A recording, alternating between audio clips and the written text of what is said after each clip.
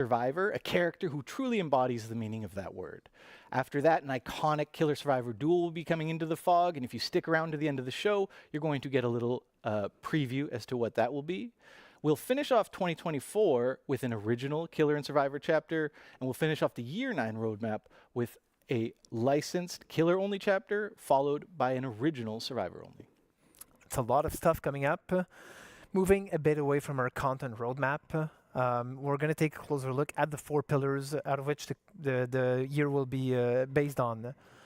For those of you who have been with us for a long time, you'll see that there's consistency throughout the years with the 4 pillars that we're focusing on, but we're really adjusting the contents of each so that we're working on the features that have the most value and the most interest to all of our players in ways where we can expand the game further and further. Of course, and we're going to start off with the trust and security pillar. Firstly, we're thrilled with the response to our regular broadcasts, and we're really happy to let you know you can fully expect more to come as we progress throughout the year, accompanying all of our major releases. Security is a topic we rarely talk about publicly, for good reason. But one thing I will inform you all of is last year we set out to start tackling this AFK bots problem that we see, especially in some regions of the game.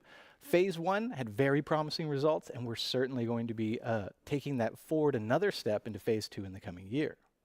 Our next 2 pillars, live balance and quality of life, we won't discuss too much. Of course, you can expect regular live balance updates throughout the year and new quality of life, but my friend and colleague Derek will be coming up in the gameplay improvement segment to cover more on that topic, including an announcement on one of the most highly requested features ever in Dead by Daylight. This one's going to be really, really exciting. Stay tuned for that because that is really something interesting coming up. Last but not least, our 4th pillar, events evolution. Events have always been a fundamental part of the game, especially the seasonal events. And this is something we're going to keep pushing forward over the coming years. With this year, we're starting to do a bit of a split where we're going to have our events happening on a separate matchmaking queue, which essentially means that at any time there's an event ongoing, you can decide to still play normal Dead by Daylight if that's what you're looking for, but you can also go into the event-specific queue and play some of that gameplay. This is really going to allow us to push gameplay further and further away from the typical way Dead by Daylight normally works, and it's going to be a very interesting way for us to approach events in a different way. On top of that, we can also expect more modifiers to make it in the game, whether it's the one we've talked about just before, that are going to be revisited throughout the year, or introducing new modifiers that are either tweaks on something or something completely different. But modifiers is just a little sliver of what we're planning to do this year, and I think we have something a little bigger that might be coming up. Absolutely, and that's why I'm so happy to be here and let you guys know that for the first time ever, this summer, Dead by Daylight will have a new mode, not modifier, but a mode coming to you all. We've been listening and hearing your feedback, and I'm really happy to let you know that this summer, replacing Scorching Barbecue will be the first ever time-limited 2v8 mode in Dead by Daylight. We'll be doing a full breakdown of what this mode is when we get closer to the release. But for now, I'm going to thank my friend Stefan for joining me, invite my friend Matt to the couch to talk a little bit more about this, and here's a snippet of what's to come.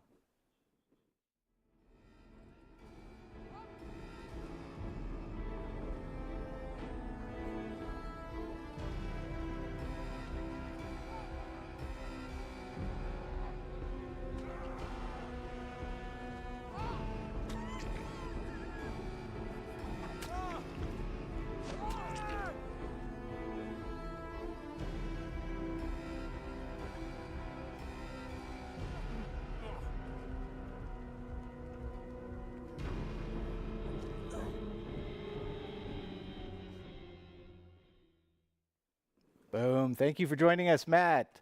Well, I know it's still early and everything is subject to change. I think it's going to be really fun to sort of let the community in on some of our plans for this upcoming 2v8 introduction. Absolutely. Thanks, Justin. So yeah, 2v8 is coming to DBD. This is a new game mode, which is really cool. Other gameplay events that we've done before, so Lights Out, My Little Oni, soon Chaos Shuffle, these are what we're calling modifiers. And modifiers basically take a DBD match, change a few things, but ultimately you're still playing DBD. With this new game mode, 2v8, we're fundamentally changing the way that you play Dead by Daylight. In this particular case, there's 2 killers, 8 survivors, and a bunch of new changes that we're going to get into very shortly. The focus with 2v8, we really wanted to hone in on what's exciting and fun and chaotic with DBD, and we're leaning more into a party mode kind of vibe rather than something that's super competitive. It's also worth mentioning that the way that we're building this, it's an iterative process, right? And this is just the first iteration. So we'll be looking to add more content, more gameplay in the future based on community feedback. Absolutely, and I'm super excited to see what everybody says about this mode when it comes out. So first, let's break down a few of the key changes that we know are going to be coming for 2v8 this summer. I mean, of course, there's still generators, there's still exit gates, there's just more of them. We've made 5 maps bigger to accommodate all of the action, all of the chaos. And we're also doing away with perks in this mode, instead introducing a new sort of 2v8 exclusive system called classes for survivors. That's right. Yeah, so when it comes to survivors, basically once you've chosen your character, you can select and equip a player class. And this class is effectively your power for the match, and it helps players identify what your role is within the team. So instead of mixing and matching perks, instead we really wanted to focus on a particular playstyle for this, and whether it's generator repair, healing, looping, speed, that kind of thing, that's what we're really going for with these classes. Of course, and there's also just cowering in the corner, which Absolutely. is my own preferred playstyle for Survivor, which is great. And it'll work a little differently for killers. You'll be able to choose from one of the 5 original killers, each with their own specific gameplay. Killers obviously have powers, so they don't have classes in this mode, but we will be introducing a new mechanic, which is a team power. For example, if you are the Wraith, when you cloak yourself, if your teammate is within a certain radius of you, they will also get the undetectable status effect, allowing you to coordinate a sort of team stealth attack. Should make for some entertainment. The reason that we're focusing on the 5 original killers is just to make sure that this is as accessible as possible. They're all free, everybody can play them, everybody can have fun. We want you to enjoy the content and give us your feedback. And in my opinion, the best part of this whole mode is the 2. It's the first time ever that success and failure as a killer does not rely solely on your shoulders. You have a teammate to sort of benefit from, learn from, or even, blame when things go poorly. So working together is just going to make the match so much more fun, so much more efficient. Absolutely. Lastly, it's worth mentioning that for this mode, we really wanted to keep the action pace and the momentum flowing. During our playtests, we found that the process of downing a survivor, picking them up, carrying them to the hook, it really started to slow things down for this mode in particular. So we're doing away with hooks as well. There's no hooks in 2v8. Instead, once the killer downs a survivor, they'll be able to send them to a cage. Oh, it's a pyramid This head works style very hook. similar to Pyramid Head. It will teleport the survivor to another part of the map, away from the killers. That's kind of cool. And of course, this still counts as hook states. So once you've been hooked 3 times, you'll How be many out of the survivors match. that'll be on the map, though? And as Justin said before, there will be 5 original killers coming to this iteration of this game mode, but we will be looking to add more as we iterate on it and add more to it. Of course, we'll also be improving the game as it goes along, so content will be coming in as well as updates to classes and gameplay. Awesome. Thank you so much for joining me, Matt. And to all of you at home, if you want to learn more about 2v8, please join us in our July live stream. We will hope you're looking forward to this year 9. For now, back to you, Eric and Dork.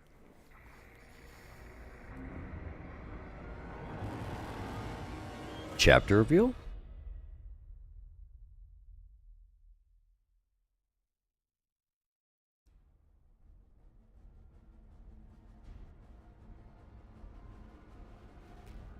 What?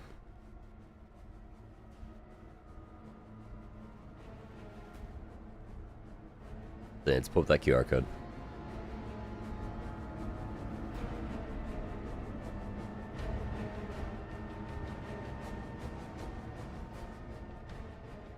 Oh my God, that roadmap. Great segment. That was a great very beard, quick Stefan. talent People change. were loving the wet beard in chat. But the real story, 2v8. 2v8, yes, I cannot wait to dodge hatchets and chainsaws at the same time. I can't wait for our killers to finally have friends that they can play Yeah, with. get some friends in the fog. Forge friendships Their in website's the crashed. fog. But that was a great segment to watch. I loved the reactions in chat. I think the guys did a really good job of explaining this is the first iteration, and there's going to be a lot of changes based on community feedback. So that's why we're not just flipping the switch and making it permanent all of a sudden. You need to actually get the mode where we want it. But we're using the word mode, which means a lot. So pay attention. And speaking of paying attention, the website. That's a transition. That doesn't make any sense. But the website for What the Fog has been overwhelmed by demand, as predicted. People love that cute little game. So we're working on it. Stay tuned. Don't worry. We have lots and lots of keys for it. So just as soon as we're able to tell you it's back up, we'll give you a mention on the stream here or in the chat. Yeah. We definitely know you guys want to get your hands on it, but what we can do is tell you about something you can get your hands on today. Yes, and so There we go. recently, I think it was December, we released 3 DLC packs. They're called Maddening Darkness, Old Wounds, and Macabre Tales. That was a way for players to get a big bunch of our older content all in 1 or 3 goes. And so we're actually going to be doing that again. Yeah, so this pack is actually going to pick up exactly where the last one left off, which is going to be the Endless Hunt pack. And in this pack, you're going to get 9 playable characters, starting with Portrait of Murder, Roots of Dread, Forge in the Fog, and Tools of Torment. And along with this pack is going to be all the additional outfits and DLC exclusive items. But of course, if you don't want to get the pack, they will be individually marked down in the in-game store, so you can get them there. Yes, so that Endless Hunt pack is actually available right now. It is the best way, especially if you're a newer player to Dead by Daylight, to get a big bunch of great content.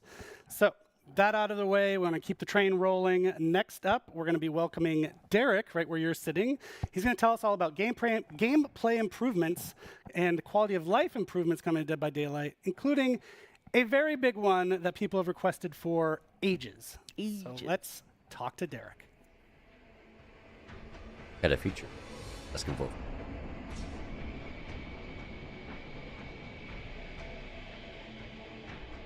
Welcome back, everybody, and welcome Derek to our stream for the first time. Derek is from our product management team. He works with the dev team on creating all sorts of cool quality of life updates, gameplay updates, and he's here to tell you about some good ones today. Derek, how are you? I'm doing good. How are you? I'm pretty good. Going to be even better after this segment when we hear what you get to say. So I already know what you've got to say, but I think people are going to be excited to hear about it. The upcoming challenge system. This isn't something we've told people about. Why don't you tell them about it right now? How is it going to benefit our players? So we really wanted to deliver new in-game challenges to players and new ways for them to be constantly rewarded outside of just tomes and archives. So we're going to be introducing a new challenge system, which is a system of challenges, hence the name. Perfect. That players are going to be able to complete completely passively. That means that players don't need to actively select the challenge that they want to complete, and they can complete multiple of them at the same time. Initially, we're going to start with daily challenges, weekly challenges, and event challenges, and later on, we want to expand those into other parts of the game as well. We think that this is going to be a great way for players to be constantly rewarded just for logging in and playing DBD, and it's going to be an amazing experience for everybody. I think that's a really great addition. I think people in the community are going to really appreciate just being rewarded for doing what they already do, not having to go out and seek it, but just it's happening in the background at all times. That's really great. So another great thing that we're adding actually is how we talk to our players. That's the main job of my team, is talking and listening to our players. But we do it out in the world. We do it on social media. We do it on TikTok and Twitter and other places. But in-game is obviously the best place to talk to people, and you've got some updates there. Yeah, we're here to make the players' lives easier and your life easier as well. So we're going to be introducing a new inbox-based system that will help connect players with the news that you have to announce, including patch notes, announcements, rewards, and a lot more. That way, players will see less pop-ups when they launch into the game, and they'll be able to get into their games quicker. And overall, the players will be able to stay connected with the world of DBD and the news that you have to announce. Yeah, and it gives us new tools, right? Like being able to tell people the patch notes in detail is something we couldn't do before, and now we can. So again, you don't have to go find it on the web, but you'll be able to get it in the game. Pop-ups, not pop-ups, but notifications for rewards as well is another great improvement. So really good work there by the team. But we're not done. Actually, this is something people are familiar with, the Finisher Mori system. We tested it out a while back in PTB, got a ton of great feedback Just from going the to go with community. this. The team took that feedback, went back to the shop to tinker with it, and we've got the final version to tell people about now. Right. I love Finisher Moris. I think they're a really amazing showcase for how deadly and gruesome our killers can be. But we also acknowledge that there was some room for improvement from the survivor's perspective. So like you said, we've taken the feedback, we've reiterated on it, and tried to land on what was the best player experience. So, in a coming update, Finisher Moris are going to become a baseline feature for all killers in the game. That means that killers are going to have access to the killer Finisher Moris by default, but they're only going to be able to use them on the last remaining survivor. That way, if the killer is able to successfully pull it off, we get an exciting conclusion to the match, and the survivors can feel that the game's ended in a fair way, and this match went smoothly, and it was a really exciting experience for everybody. Mori offerings are also going to be updated to instead give bonus blood points, so that it'll be a more rewarding experience for killers. I don't know if I agree with So the killer's going to want to land that at the end. Yes. It happens at the end, like you said, so we're not killing the flow of the match. I think it's a really great balance from where we started and the feedback that we got, so kudos to you and the team. And that's all we've got from you today. Unfortunately, you have to go, but the show is I have the far poster from there, over. right here. Next up, we're going to hear about the new chapter coming to Dead by Daylight.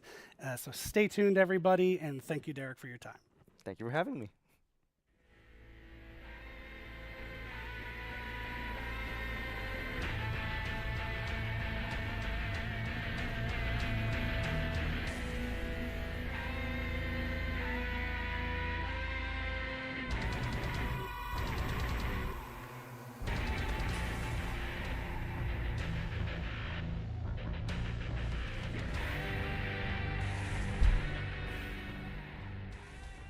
I'm already so excited for the challenges and the Finisher Mori. I just want to shout out Derek for dropping so casually such a highly anticipated feature with cross progression. Yes, cross progression is finally coming. Super excited.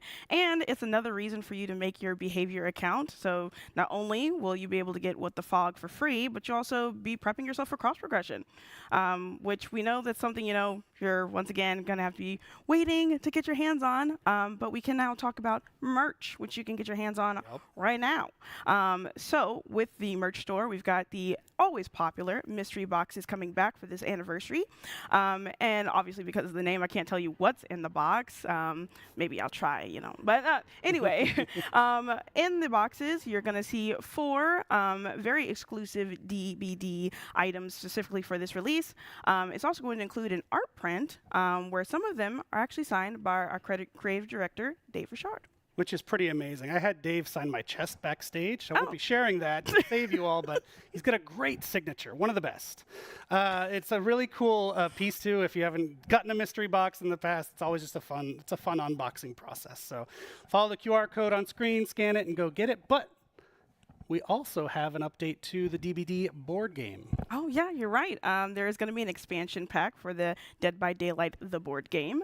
And this is going to be called the Malicious expansion. This comes with 3 new killers, the Artist, the Dredge, and the Knight, and 4 new survivors, Michaela, Jonah, Hattie, and Vittorio. It's also going to come with 2 new maps, which is going to be the Garden of Joy and the Forsaken Boneyard. It's super exciting, and I'm so happy to see the success of the board game. I'm such a tabletop nerd that it's just such good quality, and I'm glad that people are resonating with it. So shout out to level99games.com, which is where you want to go to pre-order it. You'll get it later this summer. Obviously, the DBD merch shop as well is available. You can open it up on your phone with that QR code. You can go to another tab and get some shiny stuff. Yes, it'll be really nice, especially like you said in the summer, play it outside, touch some grass at the same time. So other than that, if you have any questions about the content we've been dropping so far, because it's been a lot of content, we will have our live Q&A segment at the end of the stream. So make sure you're dropping your questions into the chat. But other than that, roll initiative, because it's time to talk about Dungeons and Dragons. Poor, misguided wanderers. First there were many, and now so few. How little you must value your lives to take a single Those models are great. Significant breath in my sanctum.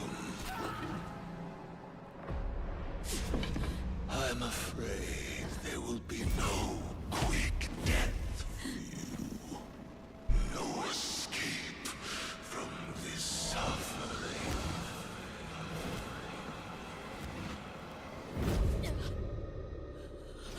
I shall draw out your ending as I see fit. And I. Other. And. For in dark places such as this,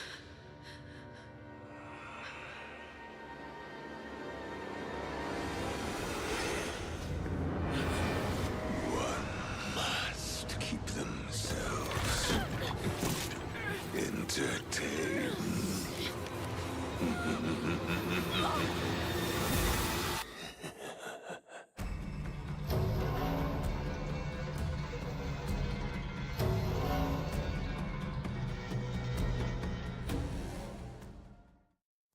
Hello, friends. I'm Mathieu Côté, Head of Partnerships for Behavior Digital, and I'm extremely happy to be joined here today by Sean from our friends at Wizard of the Coast, who Remote. is going to be with me talking about what we just saw.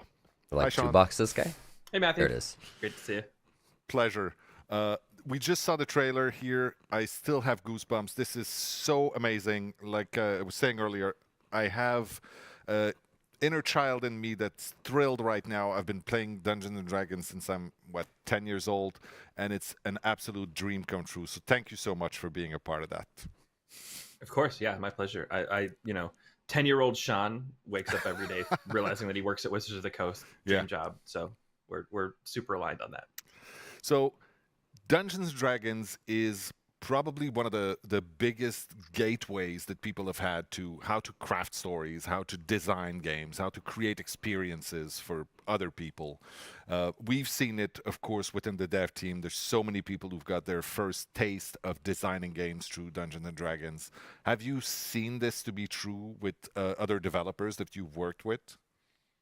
Oh, absolutely. Yeah. I always say it's the easiest thing about my job is I never have to teach people what D&D is or what the brand is about, because when I'm working with the developer, I guarantee you the person that I'm talking to has played and everybody on their team has played, or at the very least is like very aware of what the game is and what it entails. It makes my job very, very easy.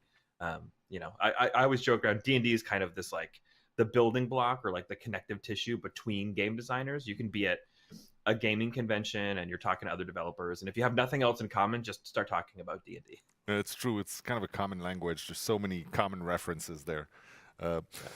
For me personally, like I said, it's a dream come true. I still play Dungeons and Dragons every week with my group of friends. I'm the forever DM in that group. Yeah, it sounds all right. And I know that there are a couple of other people on my team who were absolutely thrilled to be a part of this. What made it made sense for Wizard of the Coast to enter into this collaboration? That's a great question. I think that exploring horror is always something that's really, really interested us. Dungeons and Dragons has dipped its toes in horror before. We've got modules like Curse of Strahd. We've got a lot of different horror elements we've brought together in some of our monsters. Obviously, characters like Vecna have been super horror driven. So when the idea popped up on our radar, hey, what do you think about working together with Behavior on a Dead by Daylight module? Like the light turned on instantly. I don't think anybody was there were no question marks. It was mostly just exclamation points. It's like, how do we do this the best, right? Like, let's find the coolest character. Let's find the coolest setting. Let's really make this a true sort of celebration of D&D inside of Dead by Daylight and make it a way that feels super native to that game. Yeah. And you mentioned horror. I mean, I know a lot of people will probably think that their first thought when they think of Dungeons and Dragons is not necessarily horror, but there is quite a lot of potential for horror in there. I mean, it is a very flexible medium to tell stories, and horror stories are some of the stories that will provoke the most intense emotions and reactions in players. So for us, it made sense. Yes. Yeah, I'm also slightly in the forever dungeon master box that you are. I try to inject a little bit of horror into all the campaigns that I run. I think that it's just a great tool to use to tell stories. If your players never get scared, right, you're probably doing something a little bit wrong. True. And like you mentioned, Dungeons and Dragons is just a really flexible system for telling stories. At the end of the day, the players and the dungeon masters, you're not fighting each other. You're just there telling a collaborative story about what happens. And horror is just a great tool to include in that box of storytelling. It's D&D hasn't always been, hey, we are a horror game, but the tools are there if you want to do it. And I think some of the best storytellers out there definitely implement those tools. Yeah, there are many examples out there. Now, why Vecna? I mean, we've seen it in the trailer. He is an absolutely terrifying presence. I think that whether you're a survivor or a killer and you play with Vecna in that game, it's going to be a really, really intense experience. So tell me a little bit, why Vecna and why it makes sense? For me, the main reason that Vecna was very clearly like on the top of the podium the entire time we were discussing potential killers is that Vecna has always had this horror movie monster vibe to him. I mean, as a lich, he's always had the ability to, you can even kill him and he just pops back up and will come back. It might not be tomorrow. Yeah. Might be a couple of years in the future, but like Vecna's always going to come back. He just has this real inevitability to him, right? You know, it's, and the thing about D&D is very quickly in a D&D setting, your party becomes a group of powerful adventurers, right? You're defeating all these other monsters that, you know, like dragons and stuff. And then Vecna shows up and you're like, oh, we need to run away. Vecna's here. Like he's such a scary, inevitable threat in the universe that even his earliest appearances were just items with his name on them. And everybody was wondering, oh, who's this guy Vecna that's got this eye and this hand. And it was just like whispers of this ancient evil that was so powerful you couldn't even print a stat block for him because he was just that strong. Yeah, it's the terrifying presence that few talk about, but if you've heard about him, it's probably already too late. It's true that it's got that absolute flavor, and he has been part of the Dungeons and Dragons universe for almost 50 years now, right? He was there at the very, very beginning, like you said, as whispers, as just a note in there. But he does have a stat block, and reading it is it's not ridiculous, but it's so much power in those pages. Like, you understand that he is, like you said, inevitable, but also he is able to scare a party of level 15 adventurers who are technically almost unstoppable by that point, right? Right. Yeah. It's kind of fun. It's always like, I've lost quite a few player characters myself to Vecna, and you know, Eve of Ruin, we've got the new book coming out, and as soon as you see Vecna, Eve of Ruin, I was like, oh, looks like I'm gonna lose a couple more. Yeah. But that's part of the fun. That's writing stories with your friends. So before we let Yannick and Dave take us through the details of how we implemented Vecna with the gameplay mechanics of Dead by Daylight, how we presented him to our players, I'm wondering if you have a message for the hardcore D&D fans out there who may not be familiar with Dead by Daylight. Yeah, I do actually, and it's try this chapter out, even if you don't play it. Like, watch somebody stream it, because this chapter, it's a love letter to Dungeons and Dragons from a very passionate and very talented team of developers at Behavior. It was super obvious throughout the entire process that, you know, from the sound design work to the animations and the modeling, and like I can't stress enough how easy it made the approvals process on our end, that all of this work came in very obviously driven by an incredibly high level of passion for Dungeons and Dragons. If you are a D&D fan, there's really cool Easter eggs in the map. There's really cool Easter eggs all over the place. There's just a ton of love for D&D in this thing. And if you're a fan, there's something in here for you, I promise. Even if you don't think that horror is your thing, give it a try. It's super fun. Thank you so much for the kind words. Seriously, it means the world to me. Now, I think we'll wrap this up for now. Thank you so much for taking the time to be here with us today in our anniversary. And I hopefully will see you in the fog.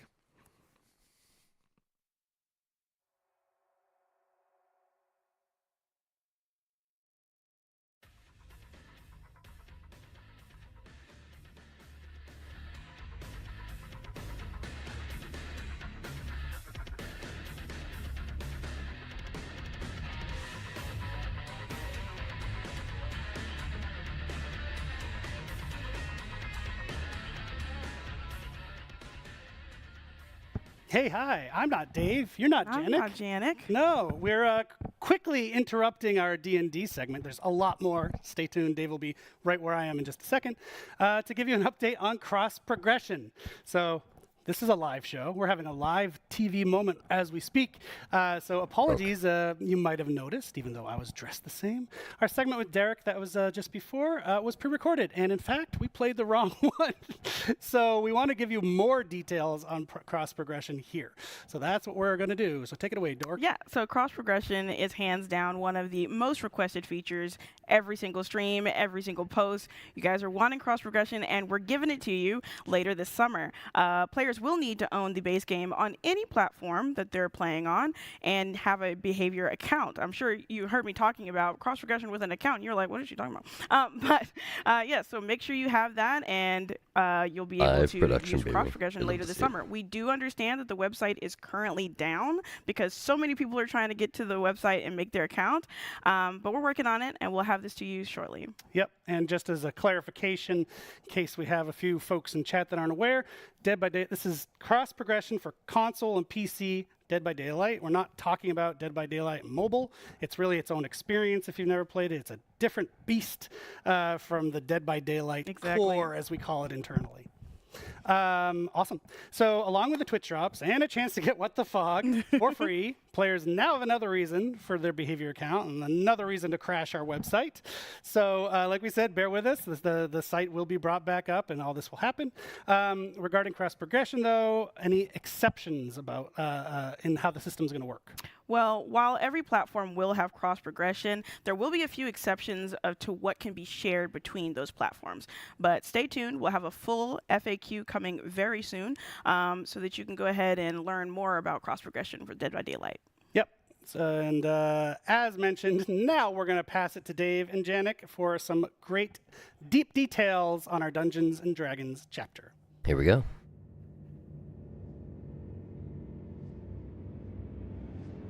Who we got?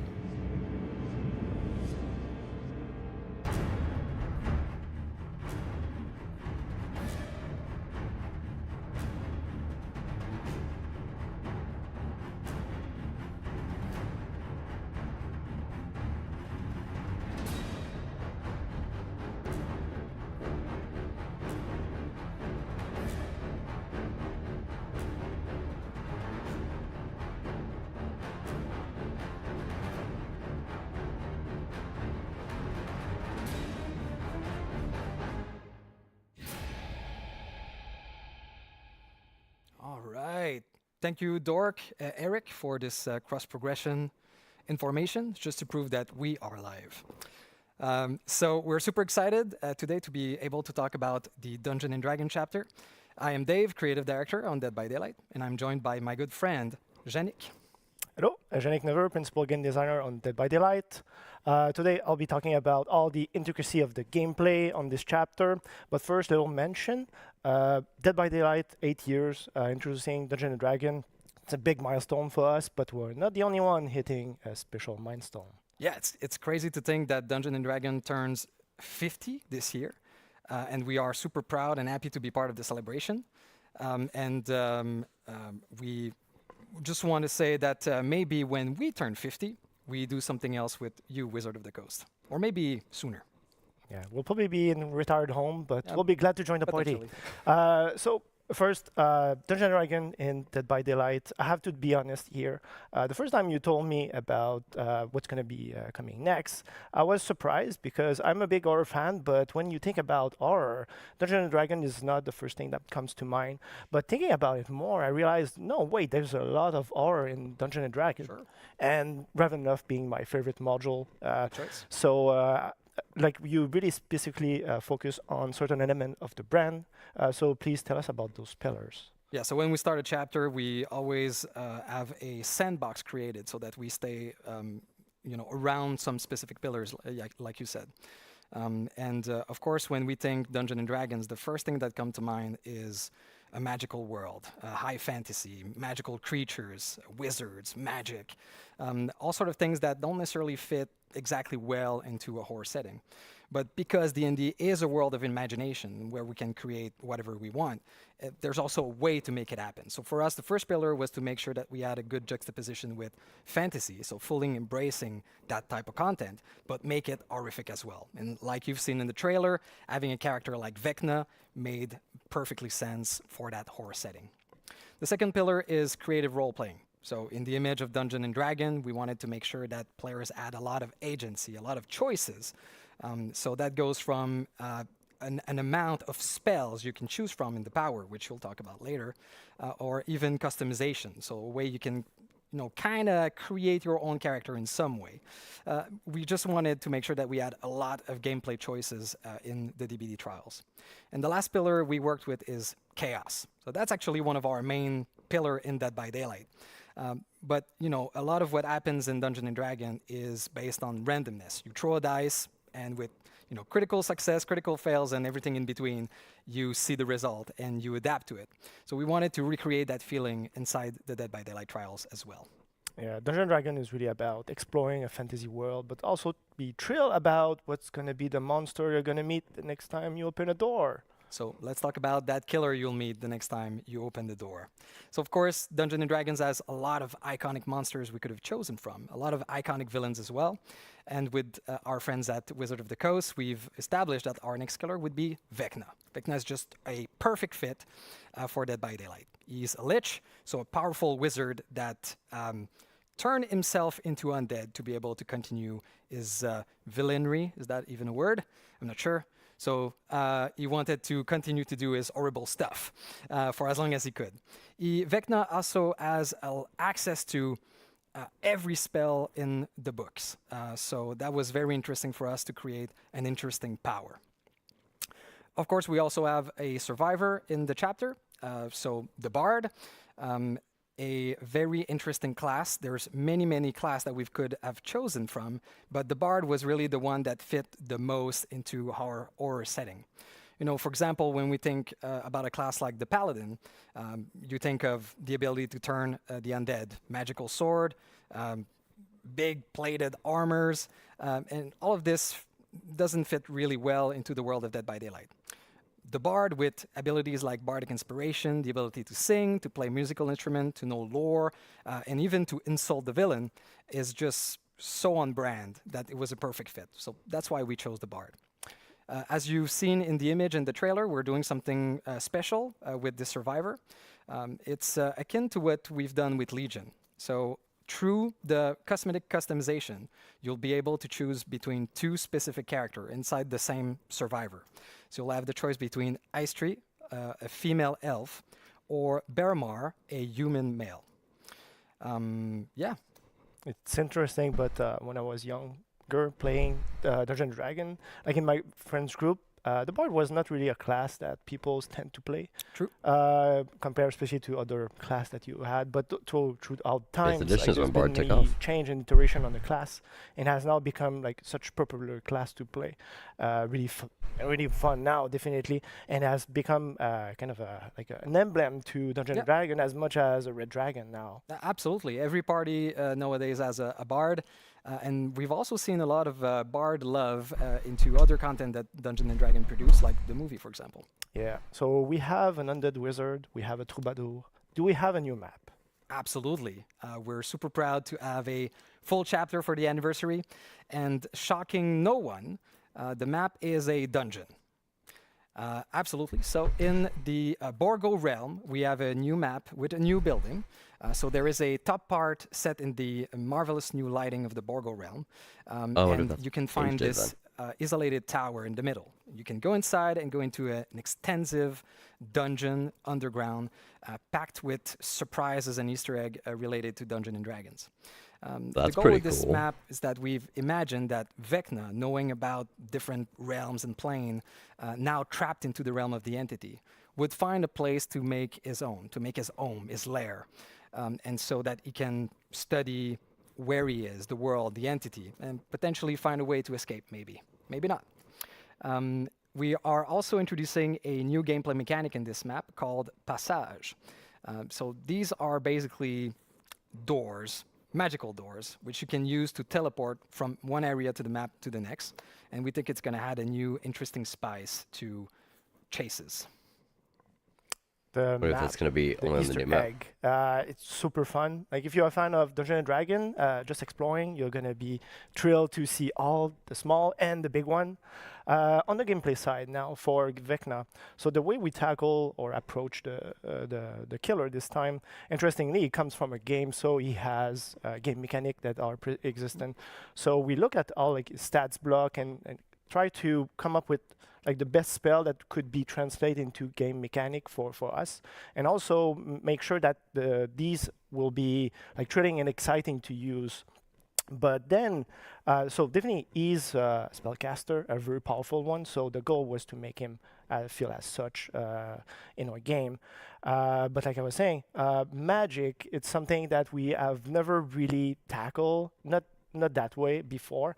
Something we've tried to stay away from. Like our powers are really visceral or like grounded as much as possible.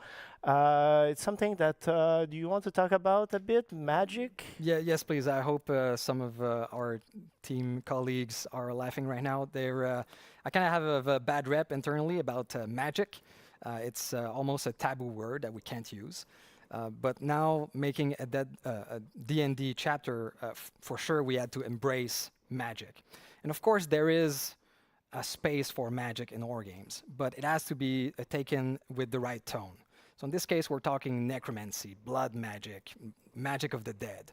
And there's a touch of realism and visceralness that we wanted to add to magic versus something more flashy like a magic projectile or a fireball, for example. There's also something quite interesting out of Dungeons and Dragons, and these are the utility spells. They're spells that are not used to kill or damage, but they're used in very creative ways, and we wanted to highlight that with the Lich, with Vecna. So that was our approach. Now, do you want to talk to us about the spell that we actually chosen? Sure. So you have access to 4 different type of spell. Pretty much any time they have their own individual cooldown. But so the first one is called Fly, cool. a very popular, well-known Dungeons and Dragons spell in our game. It lifts up the killer, and you're pushed forward. Obviously faster, so it's really like the traversal aspect of the power. It lasts for a short amount of time, and it's gonna also end if you vault a pallet or a vault location. And this is really useful to get closer to Survivor, right, and get to the next gen as soon as possible. The next one is called Flight of the Dam, which is it's not really a Dungeons & Dragons spell. It's more connected to Vecna. It's actually an ability that he has. What it does is that cool. it casts 5 different individual projectile, and then it shoots them in a cone radius effect in front of him. These projectiles pass through obstacles. They don't go very far, but if they hit the survivor, they get damaged instantly.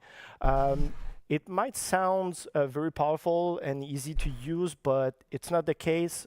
Survivor have a lot of counter, but the spell can also be used to zone in this aspect, so you can also go for the basic M1 attack during that time.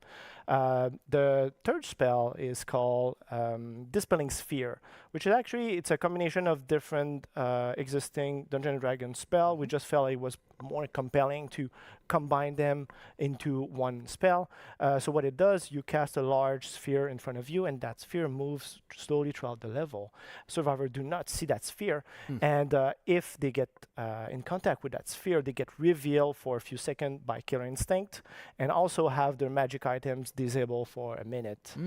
And the last but not least spell is Mage Hand, very well known Dungeons & Dragons spell. What it does in Dead by Daylight, you, as the killer, you can tag up a nearby pallet.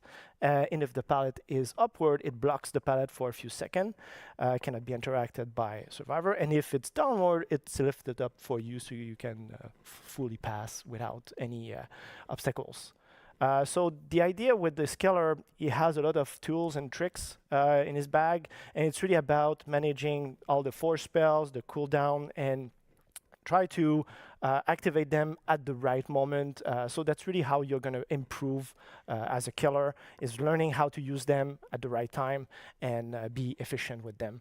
So lots of strategic and tactical choices here. Correct. So you've mentioned very quickly during the Dispel Sphere, the magical item. Did I? Yeah. What's that? Okay. So this is the new toy for Survivor. It's called magic items, but keep in mind it's not an actual items that they use. So this time, if you face Vecna, you're gonna have Survivor gonna have 7 different chests that's gonna spawn throughout the level. Survivor go interact with those chests, and while during the opening of the chest, there's gonna be a D20 dice roll. Yes, it's Dungeons and Dragons. Oh, you that's can funny. do without the dice roll. So this dice roll will determine the content of the chest. So if Survivor roll from 2 to 4, they get a basic Dead by Daylight brown item. So Better than nothing. yeah, well, maybe that brown medkit might save your life. I don't know. But the fun part is when you roll from 5 to 19, that's when you get the magic items. And the way it works is that each Survivor has an equipment slot, 2 equipment slot. They have the bracers and the boots. So there's 2 types of magic items, and each magic item is going to be randomly linked the first time you open the chest to one of the 4 Vecna spells. And so once they are equipped, each time the killer will cast the spell that is linked to one of your magic item, you're going to gain a passive bonus to help out, avoid the spell or help you out against Vecna in general. So to be more precise, so if you have bracers against the fly spell, you're going to see Vecna's aura during the traveling that while you use the spell. If you have a boots, for example, against the Flight of the Damned, you see the aura of the projectile, very useful because the projectile goes through collision, and the best way to use that spell is through walls. If you have magic items against the Dispelling Sphere, Survivors see the sphere, so they can juke and go around the sphere as much as they can. And if you have a counter against the Mage Hand, you see the aura of the hand on the palette, and also gain a little aced effect, so that help you out around the loop. Okay. Yeah. So it's really important to search those chests. Yeah, correct. Because the way that we tackled this, the balance in this case is that we made sure that the magic items do not trunker the killer's power. It's made or balanced to face Survivor who have them equipped. So if you don't get those, definitely the killer might feel a bit oppressive. So it's really up to Survivor to get to those chests and equip them as soon as possible. Right. And just to be clear, you can also equip a normal item with that. So you can have your flashlight, bracer, I wonder and if you can boots. change the item It's a out, very or different, you're stuck with the one you get. So everybody heard you talk about a lot of numbers here on the Yes. dice, but you've not mentioned the critical fail, 1, and critical success on the 20. For people that don't play D&D, these are like events, the best event that can happen in Dungeons & Dragons when you get that critical fail or that critical success. So what happens in Dead by Daylight when that happens? Yes, so we have critical roll in the game. If you roll a 1, you get, a big nothing. Although I've heard sometimes people get a green key. I guess that's lucky you. better, yeah. But I know what you get if you roll a 20. So anyone who's familiar with Vecna in the lore of Dungeons and Dragons, there are 2 very specific artifacts that exist that is called the Eye of Vecna and the Hand of Vecna, and we introduce them in our game. So you roll a 20, you get one of the 2. You never know. But these works more like a normal item, so you have to pick them up and use them once. It's called attune, so you merge with the items, and then you unlock a very powerful ability up to like perk level. Okay. Yes, it's very strong. I guess you want to know. But please do say. Okay, sure. So if you attune with the Eye of Vecna, they use with lockers. So if you fast exit a locker, you're going to be unseen, unheard by the killer for 15 seconds. And on top of that, you gain a haste boost effect. And if you attune with the Hand of Vecna, you fast enter a locker and you're going to be teleported further down, further locker. Wow. So very powerful. I forgot a little details because they might sound super strong said like that, but they come with a cost. So to use them, you have to be full health. And once you use them, you instantly lose a health state.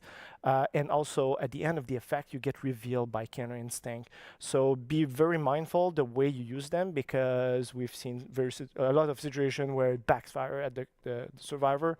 And the killer has definitely a spell to help him out, get back at the survivor, and get the down. So it's very on brand with what a cursed item should be. Indeed. So thank you so much, Yannick. As you can see, there's a lot of stuff coming with Vecna, and we had no time today to talk about anything more about the killer perks or the survivor. But I have to say very quickly that the survivor Video perk for will us? allow you to create illusions, to perform on the loot. You can even perform with other survivors to do the full melody. There's Okay, also a that's fun. dice roll mechanic for one of the perk. So if you want more information after the show, you can go on our website, deadbydaylight.com, and get all of the details you need. Merci encore, Yannick, for all the information. And thank you so much to all of you. Happy anniversary. And I'll be passing it back to I mean, their Eric and website's Dork. probably going to be very down still.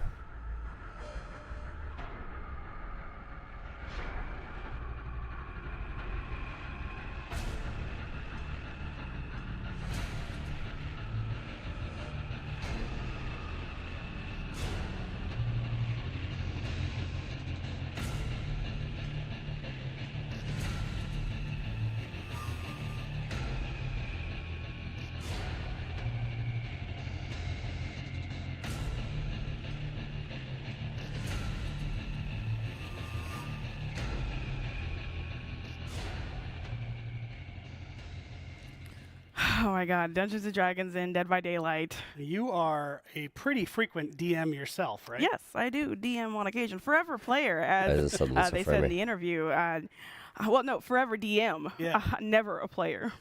Is this a me Please problem? be a player. Yeah, let's just.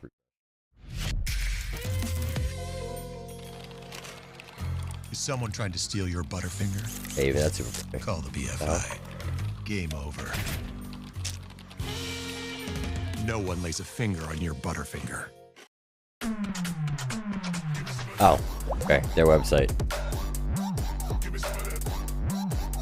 Apparently causes frame drops. Wild. Ask real questions and we'll answer them later in the Q&A. You don't need to say claim. Please stop saying claim. You're not claiming anything by saying claim. Stop. But we appreciate your enthusiasm. But next we're going to be, I'm going to be joined by Dave Richard back on the couch for him to walk us through the ever-expanding world of Dead by Daylight.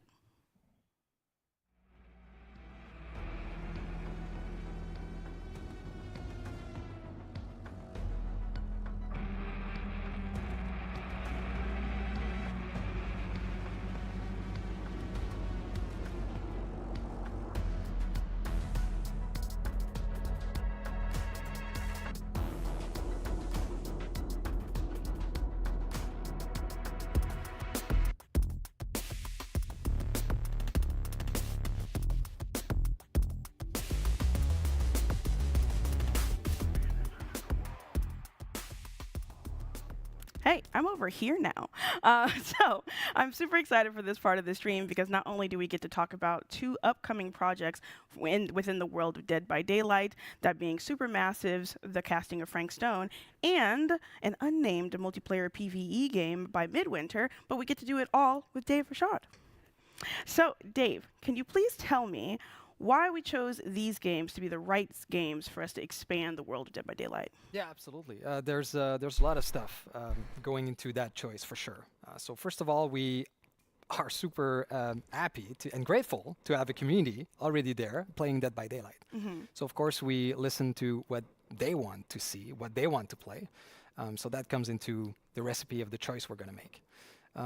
We also want to make sure that we will create something new to experience, something that's completely out of what we are used to in Dead by Daylight. So that comes into the genre we want to create. Also, we want to interest new players into the world of Dead by Daylight. Some people that never heard of Dead by Daylight, but also some viewers that are interested about the world of DBD, but that don't play DBD because maybe it's not their style of game. So we want also these players to be with us and experience the world of Dead by Daylight. And just like you were saying, with people being interested in the world of Dead by Daylight, as the creative director, why do you think there's so much interest in this, in the lore of a multiplayer game that's based in action? Well, it's been very important for us since day one when we started working on this project. The story and the narrative around everything we create. We want to make sure that every little component in DBD has a story and a reason to live in the universe.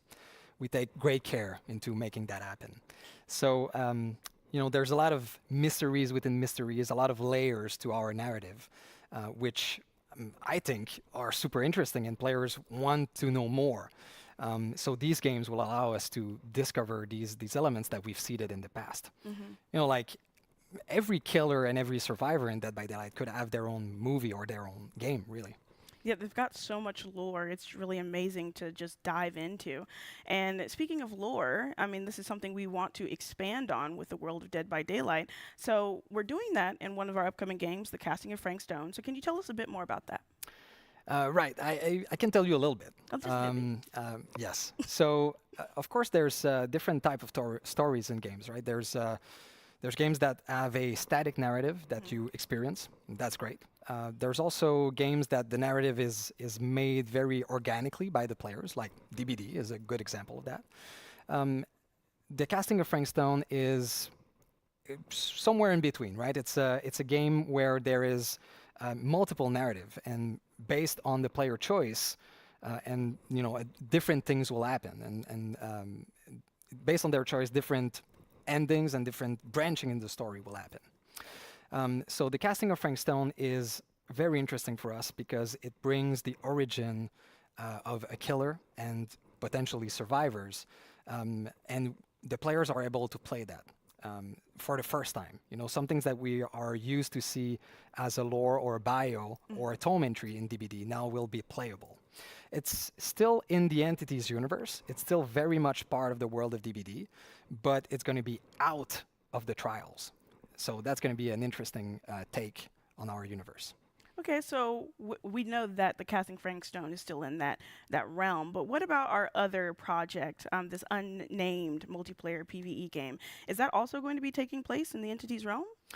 Absolutely. So it is in the world of DBD. It is in the Entity. And one cool thing about the Entity is that we know very little about exactly what it is, but we do know that it's a living universe. It is huge, and we can't really comprehend everything that's happening within it. So we know that DBD trials are a way for the Entity to feed. Oh. It's a very kind of organic process. So we can imagine that there are other parts in the Entity that serves other purposes. Mm-hmm. And that is exactly what we want to explore. So that allows us to create new narrative, new ways to experience a game, new gameplay opportunity, new set of rules. So these are things that we talked about in the past and that we always wanted to explore. So that's exactly what we want to do with this new Untitled game. So in a way, the world of DBD that we've created is like a book with infinite pages. We can add new stories to it forever, hopefully. Just keep on reading. Oh, yeah. Well, you did talk about that, and like, is there any gameplay that we'll be able to see? That we'll be able to see. Well, yeah, I think so. All right. Well, thank you, Dave, for talking us through that. But now I want to see the gameplay. Let's see the gameplay. Go.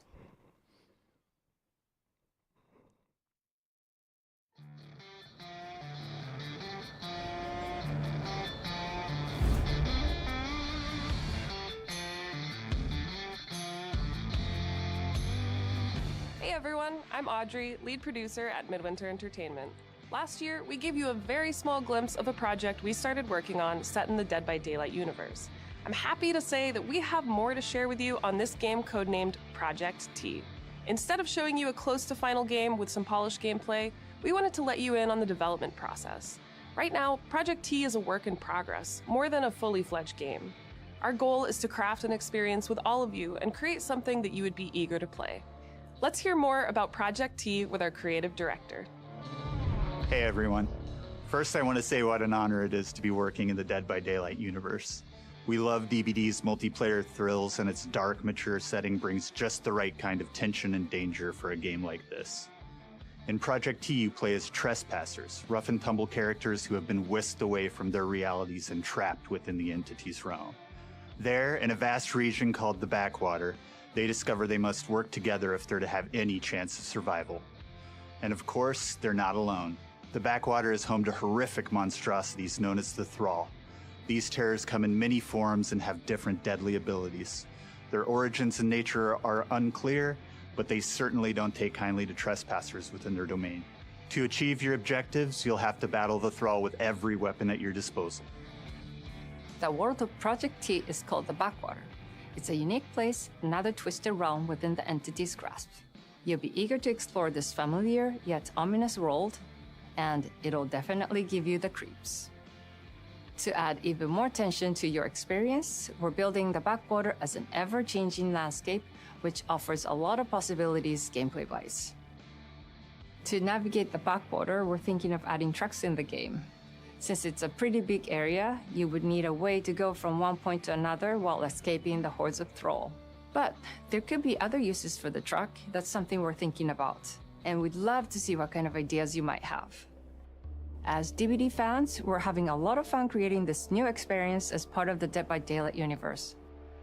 DBD is all about horror, and we want to make sure we're crafting something that horror fans will appreciate, from the different biomes of the Backwater to the look of the Thrall.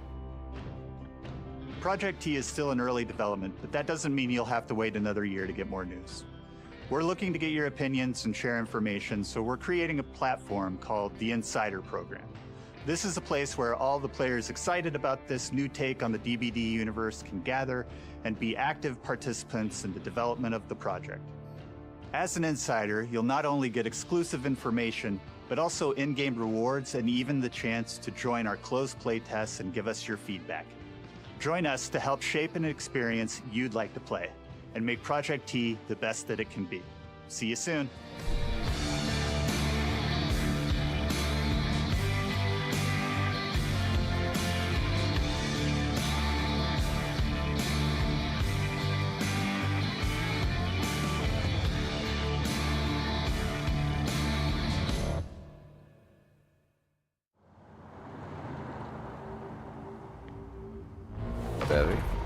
Cedar Oh, Hills it is not was this exactly casting. a noted hotbed of criminal activity. What is that? That's not entirely true. There was that whole serial killer thing. Why do you hate Cedar Hills so much? It used to be like town mascot. Ladies and gentlemen, I present The Mill. Spend enough time in my line of work, you realize every place has got its demons. Think that belongs to the boy you're looking for? You can't shoot a movie in here. This is a condemned steel mill, Mr. Rivera. I suggest you immediately vacate the premises. And you do not, under any circumstances, set 1 foot back here in the Cedar Steel Mill. Ever. Such a joy to see young people so passionate about the arts. Everything's all right. Either of you heard of Murder Mill? No! There was a whole string of disappearances. Kidnappings, really. Murders. So what was this guy's name?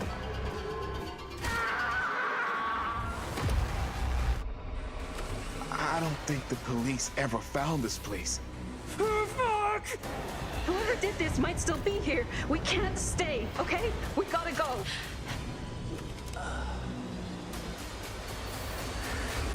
And cut!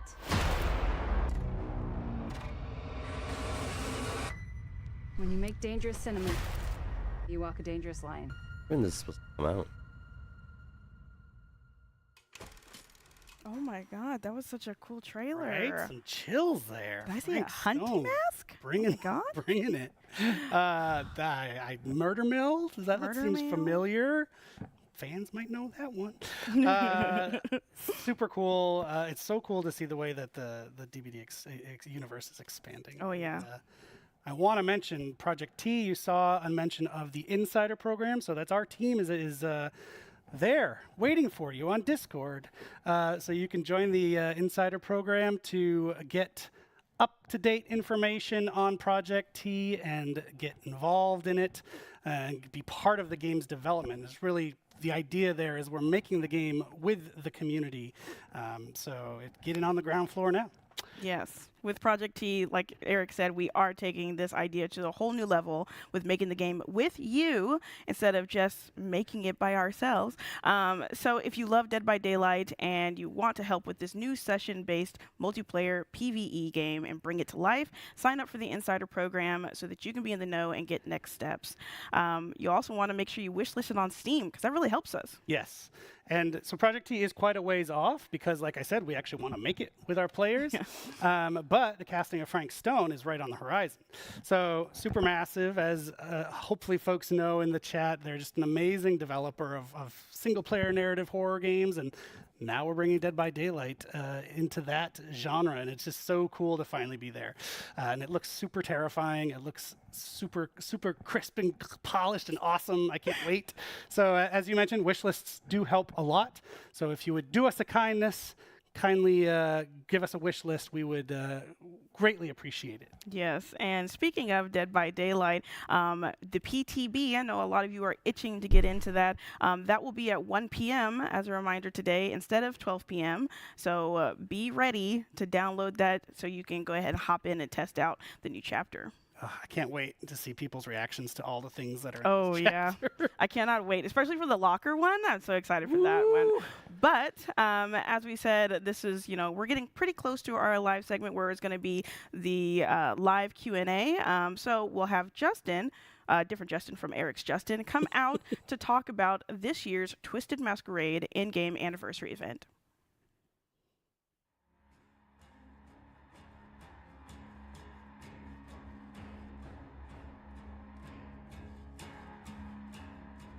Back again. This time I'm joined by Justin Banks, our senior product manager. Justin, how are you? I'm doing great. Happy to be back. Yes, welcome back to the anniversary show. And what would an anniversary be without the Twisted Masquerade, right? So the Twisted Masquerade is back. It happens every year during our anniversary in-game, and Justin's here to talk about it. So what have you cooked up this year? So this year we got some amazing stuff. Honestly, I think it's our best anniversary event yet. But before we get to it, we have what we call Before the Masquerade. So that is going to be something that actually starts right after this stream. So for everyone who's watching, once this is over, go play. And we've got lots of really cool stuff as a big thank you to all of the players. It's really stuff from all of DBD's history, and it includes a lot of presents. I love presents. I know you love presents. Our community probably loves presents too. I think Details? So the details about said presents. We've got lots of login rewards, so lots of currencies for players to earn just by logging in whichever day throughout all of this.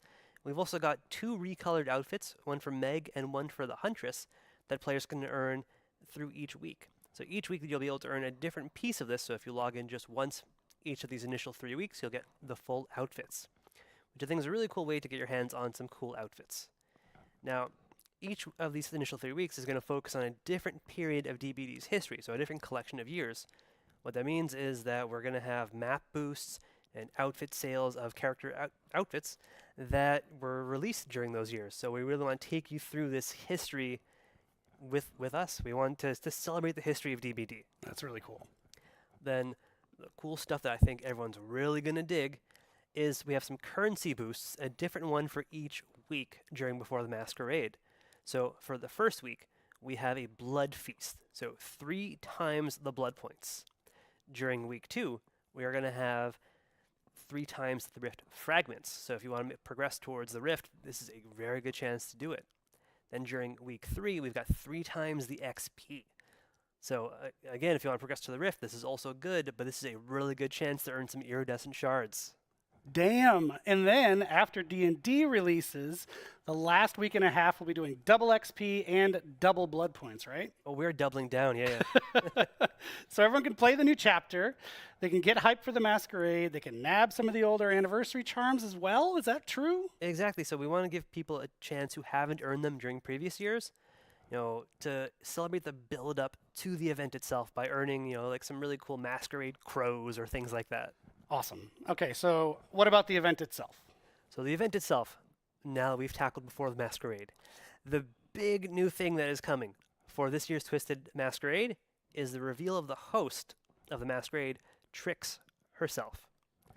So players might have seen her hinted at during previous anniversary events or during in outfit descriptions referenced as the Mad Designer or Zizzletrix. So she's finally making her appearance. And throughout all of the event, we want to make it very clear, like, this is her party. She's everywhere. She's the entity's biggest fan, celebrating, holding this party in its honor. And she's not a playable character, so we want to make that very clear. She is there pushing everybody to engage and celebrate. I love that. So does this mean we're going to see a lot more of her in the Twisted Masquerade? Absolutely. So we have a lot of the UI that is themed. You might have seen some last year, so we've done a lot of updating for that. We've got Father Campbell's Chapel coming back with the whole party taking place inside. Some updated content in there to show that the party is progressing or dying slightly. You might find some corpses. Then, in addition to all that stuff really permeating the game, we've got the lobby, the loading screens. She's going to appear in trials. You will hear her laughing at you or cheering you on around the exit gates. There's really voice lines that's going to appear everywhere, really accentuating the gameplay. It's going to be amazing. Like we loved hearing all of the voice lines that we have had recorded for this. With all that stuff, like we've got a lot of really cool gameplay that I'm going to talk about in just a second. But one thing I wanted to mention is that all of our event gameplay now is going to take place within a separate event queue. So if you want some of the normal DBD, like in the core mode, you can have that. But if you want the event stuff, go over to the really cool event queue and take part of Trix's, Twisted Masquerade. And I have to say as well, if you go to the core mode, it's still going to have a lot of the decorations. So you get the vibe with the core experience. And that's a really good quality of life improvement over last year, right? Like giving players that option to choose, if they want to just do classic Dead by Daylight, they can with some extra flair on it, or they can choose the event queue. That's a nice improvement. So you mentioned it. So what are some of the gameplay changes that are coming with Trix? So Trix is bringing what we call her bag of tricks to the party. She wants to spice things up. She wants everyone to have a lot of fun. So what we've got is that as a match progresses, one of a series of abilities, one of the tricks, is going to be played on our players. And these are going to be things like giving everybody haste, giving people undetectable, spawning anniversary special chests or totems, some really cool stuff that's going to spice it up. And this is going to happen whenever 2 points are accumulated during a match. So at first I'd say one tricks actually takes place at the match start. Following that, whenever 2 points are accumulated from doing a gen, first hook, things like that, which each gives 1 point, that is then going to trigger another tricks to maximum of 5 during a match. So we want to really keep things interesting. And when a tricks is actually activated, you're going to see Trix herself appear alongside or take the spot of one of the dancing marionettes. She's going to even deliver a line that hints at what has been played. So if you're not paying attention, she's going to give you this really cool audio cue. That's awesome. And so in addition to all of that, I think we're also doing some sort of update for the invitation mechanic. Yeah, absolutely. So the invitations last year, we had players run around, gather those, and you could either spend it to use an ability while inside a chase, or escape with it to help you earn a mask. This year, there's no need to escape with it to earn a mask. That's a different thing. And we've even added outside of chase abilities to the invitation. So if you're someone who doesn't necessarily want to always be chased by a killer or wants to have a more diverse use for it, we've added that. So survivors can now go into quiet mode, so making a lot less noise, and can even do things like quickly enter a locker without alerting the killer. It's super useful to get out of that chase right away. That's fantastic. Or if they're nearby and you don't want to alert them. For killers, they can now use an invitation to immediately send a downed survivor to a nearby hook. And as I can say from playtests, it's really fun. I think the community is going to love that. Can't wait for them to play, but also I think there's challenges we've added so you can earn masks, right? Yeah, exactly. So this year, earning all of the masks is going to be related to engaging with event challenges and earning event currency. So all of them are going to be earned like this. That's going to be how you earn most of the rewards. And past masks and outfits that were earnable or in the store last year are also coming back. So if someone was not able to get those during previous years, those are all now going to be available inside the store for the duration of the event. And I have to say that we have also a licensed guest showing a mask this year, a Mr. Detective Tap. Amazing. Amazing. That's so cool. Look at those masks. Those are fantastic. There they are. Oh, these are Heck nice. yes. Fantastic. Good Lord. So it wouldn't be a party without lots of rewards. What can you tell us about the event tome? So we've got a few staples that are coming back that we've done and seen huge success with in the past for the event tome. One is the community challenges. So we know people love to play together towards earning things, so we've got a lot of those. So if people engage with the event, work towards those targets, hit their own milestones, I think they're going to earn some really pretty cool stuff. Also in the event tome is some really interesting lore about the Observer discovering Trix's world. So if you want to know a little bit more about her, play those challenges, earn that lore. Then we've got some really cool stuff. I have to say the Twisted Masquerade is one of our favorite collections to work on every single year. As soon as the art team's concepts hit the table, or I guess the monitor screen these days, we're like enamored with them. Like we love working on this collection. So this year we've got 2 new 100% earnable outfits that you can earn through the event. We have one for Bill Overbeck, another licensed guest making his appearance in the Masquerade, and one for the Unknown, who is maybe trying to blend in a little bit at the party. Successfully. In addition to all that really cool stuff, we've got some Trix-themed charms and player cards that people can earn. Now, obviously with Tap's mask making an appearance as a reward, there's someone who accompanies him. So if people check out the in-game store during the Twisted Masquerade, they'll be able to find a really cool event-themed outfit for the pig. Yeah, now, there we it are is. Huge fans of this. I mean, it's got so many touches from the Saw franchise in there. I think it's amazing. Pig fans were on the edge of their seats hoping you'd say that. Amazing. So we've covered a lot. Are there any last presents for the players that we haven't mentioned? So there's a lot already, but we've got more.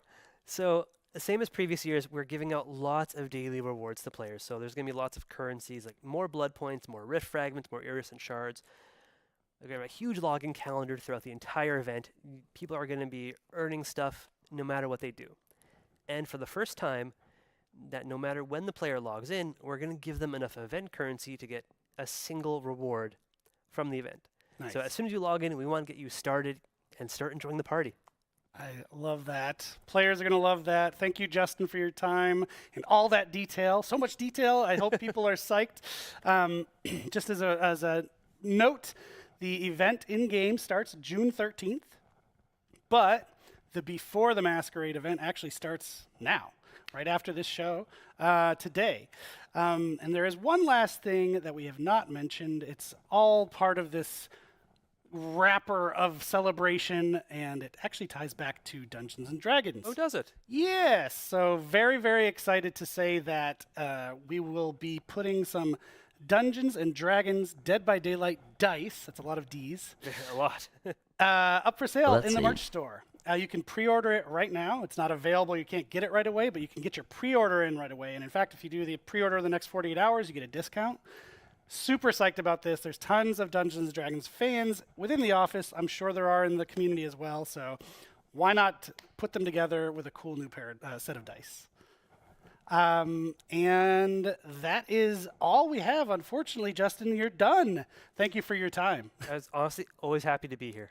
So we're going to toss it now to Dork for our live Q&A, and we'll bring it home. Take it away, Dork.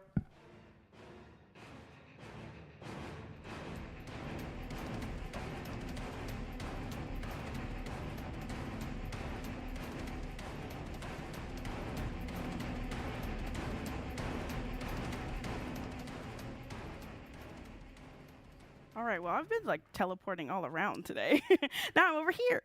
So we've covered so much content today. We've been talking about gameplay updates to Dead by Daylight, the 2v8 mode, the new titles, the Dungeons & Dragons chapter, and obviously with all of this content comes loads of questions, which we will be taking the time to answer for you. I say we because it's me, Dave Rashad, and Justin Brown. So let's go ahead and get started. So for Dave, question 1. In the Dungeons & Dragons segment, you mentioned 2 bards and 1. What does that mean? Are we getting 2 unique survivors? No. So there is one survivor, same perks, but there is a different customization system around this character. So it's similar to what we've done with the Legion. So Okay. instead of having like normal head, torso, legs parts, for the Bard we have head and torso in one piece, the legs in another piece, and the accessories. And so changing the head torso piece, you can modify which character you want to be. Okay, awesome. Thank you so much. Okay, so question 2, how big of an impact will the Project T Insider program actually have on the finished game? I'll actually go ahead and take this one. We really want this project to meet player expectations at launch, so we want to make an open dev route, and this will allow us to proactively check in with you, our community, and fine-tune the game as we go. We'll be actioning insider feedback the whole time we're building the game, as your input and your insight will be highly considered throughout the entire process. So thank you. Question 3 for Dave. Will we see any existing Dead by Daylight characters in the casting of Frank Stone? Ooh, well, I don't want to spoil anything. I can say that the game features a new cast of characters. They're original. It's an all-new story, but there are a ton of little things here and there to discover linking to Dead by Daylight for the fans. Okay, thank you. Now you got a little treat. All right, our next question, question 4 for Justin. In 2v8, you said that there will be classes for survivors, but not exactly for killers. What does this mean, and will more killers be added in the future? All right, I'll start with the easy one. Yes, of course, there will be new killers added. Each iteration we do after this first one, we strive to add a few more killers as we move forward. As far as classes go, it's something that we're still really waiting for. There's a possibility we do something like a class system, but we're going to wait until we get this iteration into your hands and work with your feedback and see where we take this mode.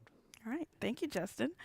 Question 5. What is the difference between a game mode and a modifier for Justin? Okay, it's just like what Matt said. A modifier is really something that takes a little piece of a standard trial and sort of adjusts it, like a darkness effect, maybe changing how fast or how many generators there are to do, or random perks. A mode is something that's going to fundamentally change the way the game's played, something really big and all-encompassing, something like 2v8. All right, thank you. Again, Justin, I got a question for you. Question 6, can I duo killer with my friends in 2v8? Absolutely. You can queue up with your friend. You can get on Discord and talk to them and play killer together. Okay, so I'm super excited for that. That's going to be amazing. All right, our next question. Can we play 2 of the same killers in 2v8, Justin?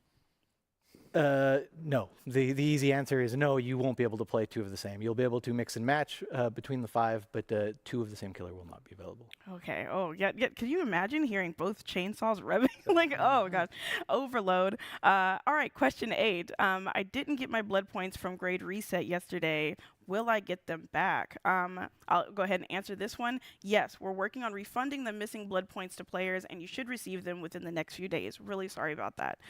Question 9, can achievements and trophies be earned in the 2v8 mode when it releases, Justin? The simple answer is yes. There are no specific 2v8 achievements or trophies, but if you're making progress towards one that already exists, like how many generators you have to repair, progress is still made towards those trophies. All right, thank you. Question 10, are there plans to keep 2v8 permanent after some iterations, Justin? So this is something we're still working out. But I can tell you for sure in year 9, it will not be permanent at any point. It's going to be an ongoing discussion. It's going to depend sort of the engagement level, the feedback we get from you, and when we feel the mode is fully ready before we continue those conversations. Mm-hmm. So when the mode is active, make sure you are playing it. Okay, do this for us.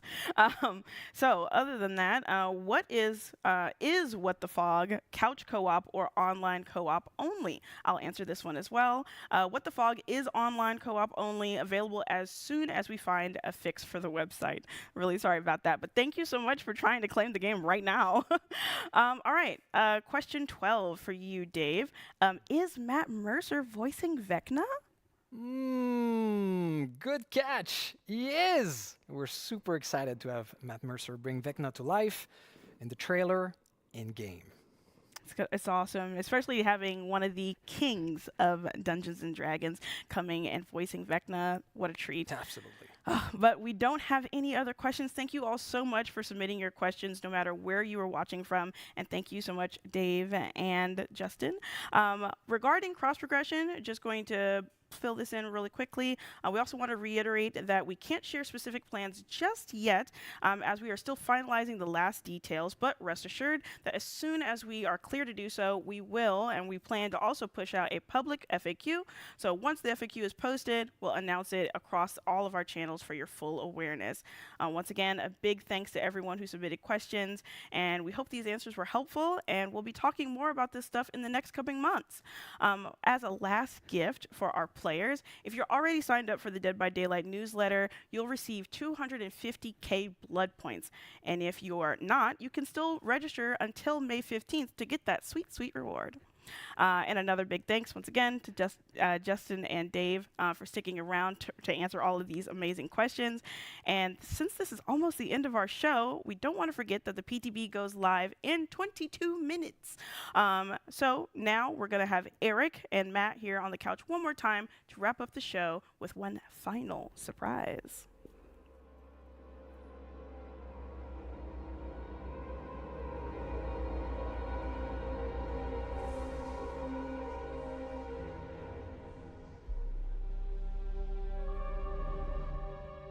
All right, this is it. This is the end. We've made it to the end of the show. It's been a great show. It's been a long show, and we thank you for sticking with us. We had so much to tell you about, so we had to do it all.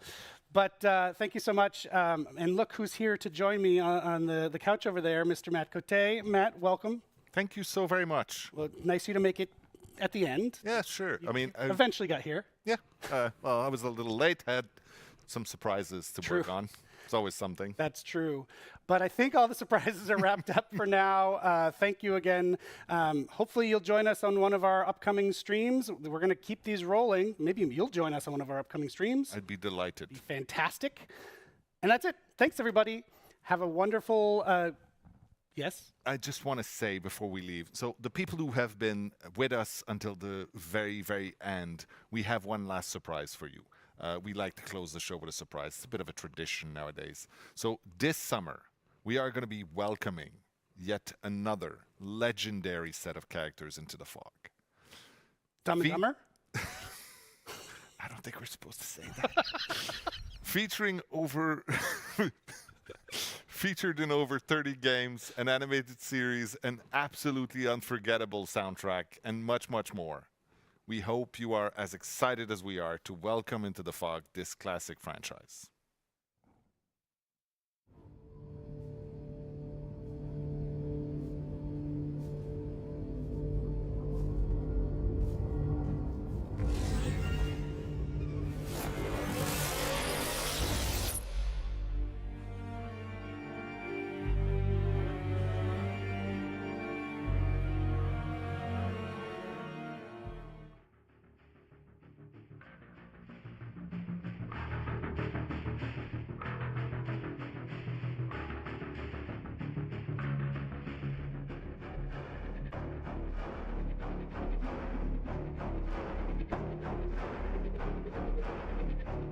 Well, that all happened. Good talk. Alright, guys, I'm gonna go take a nap because I have a phone call to make in like an hour or so. We'll be back later this evening. Check out some of the stuff on the PTB. And, yeah, guys, thanks for watching. We'll see you all later today. And until then, don't forget to love each other.